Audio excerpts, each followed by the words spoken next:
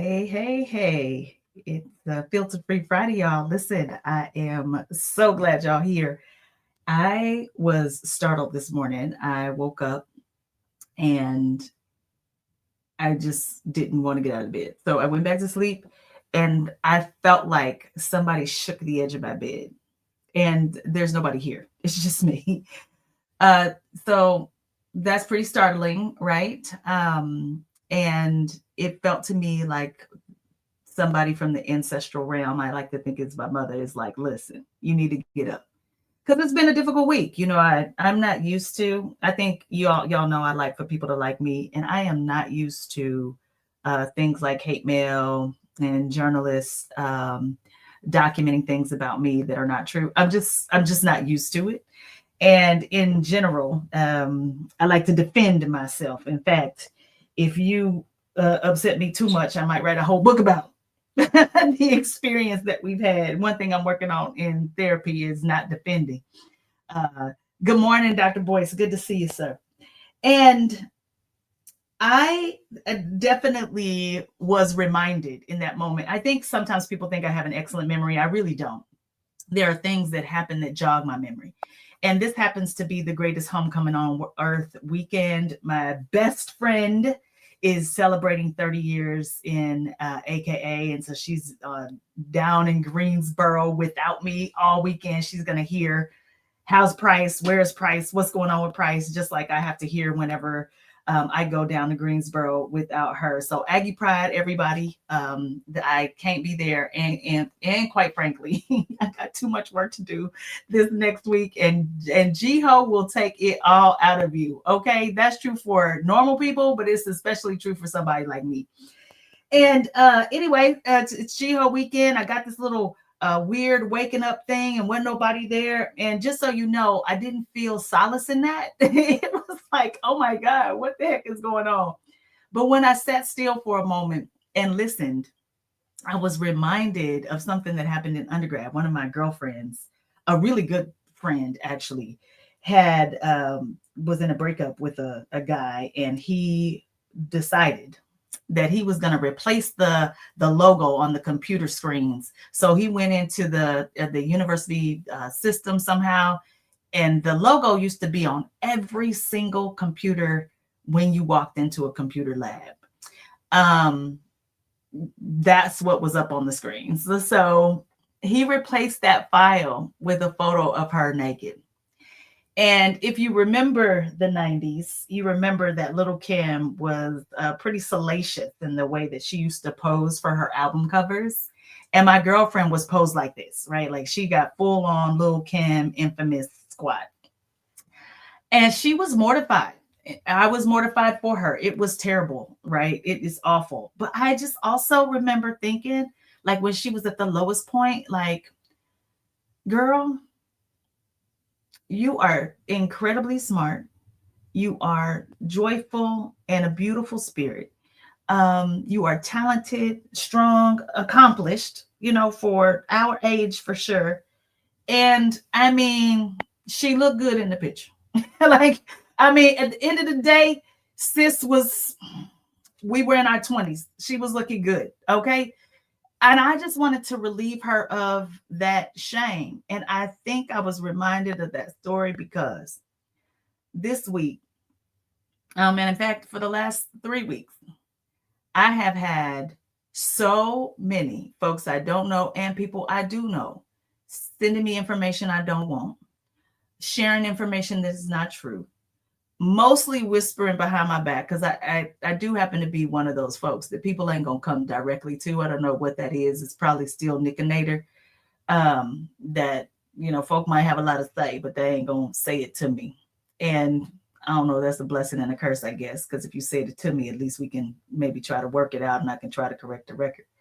But one thing that I've learned is recently, and I spend a great amount of time in therapy about this, is that when someone has a distorted sense of reality and then you start to defend, that is you now engaging in their distorted sense of reality.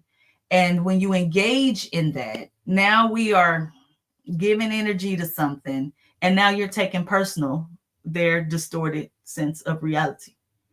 And it's easy, right? To focus on the crowd, to be surprised who's in the crowd. Because people who you thought were cool, people who you thought were neutral, will often join the crowd of folks.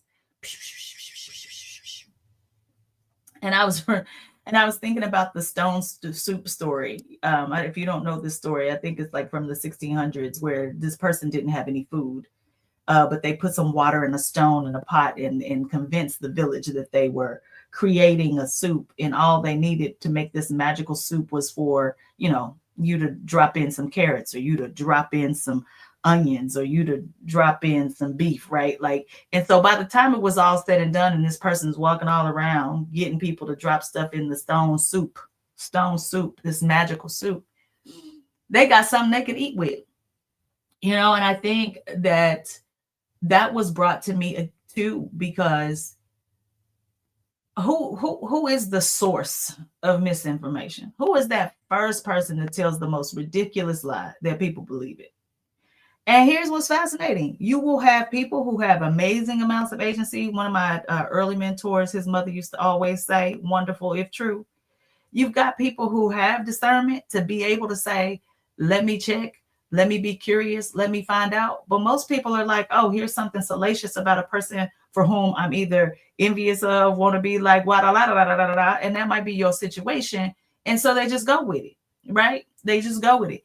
And I think that while that might not, ain't nobody, I really don't think most people are checking for me. But the reminder that I had this morning was about my friend in undergrad. I poured into her because I did not want her to feel shame. She was not a uniquely bad person. And quite frankly, I don't know why she was all that embarrassed, because she hadn't done a bad thing. This dude did a bad thing. He was the one who did a bad thing, not her. Taking the picture is not a bad thing. People can make it like it's a bad thing, but he the one, right? We're not about to put this on her. He's the one. And he's the one that started it. He's the one that now the crowd is like laughing and giggling at her, and he's the one. And I think that what that reminded me of was all that love, care, concern, and attention that I pour towards other people when they at their lowest. I have the ability to pour that towards myself. We all do. And we all also have the opportunity to choose where we want to focus. Listen, I am not big enough to fight a news machine. Any person can say anything to anyone and it can get printed, no matter if there's zero truth to it. And I wish I were like Cardi B sometimes, where I had the time, the energy, and the resources to fight these things, because I believe I would be like her. I think I would fight it. But in the meantime, it's like, you know what? We get what we focus on. And this week, closed a couple of deals, reinforced some relationships with some clients, got some amazing things happening next week. So I could choose to focus on the client that says, we want to separate ourselves from you because we don't know what's going on with that. I could choose to focus on that. Or I can do what I've written about forever, which is, when the unthinkable happens, there's a strategy called Operation 1374 that you use to figure out how to get over it. And one of them is choose where you want to focus your energy.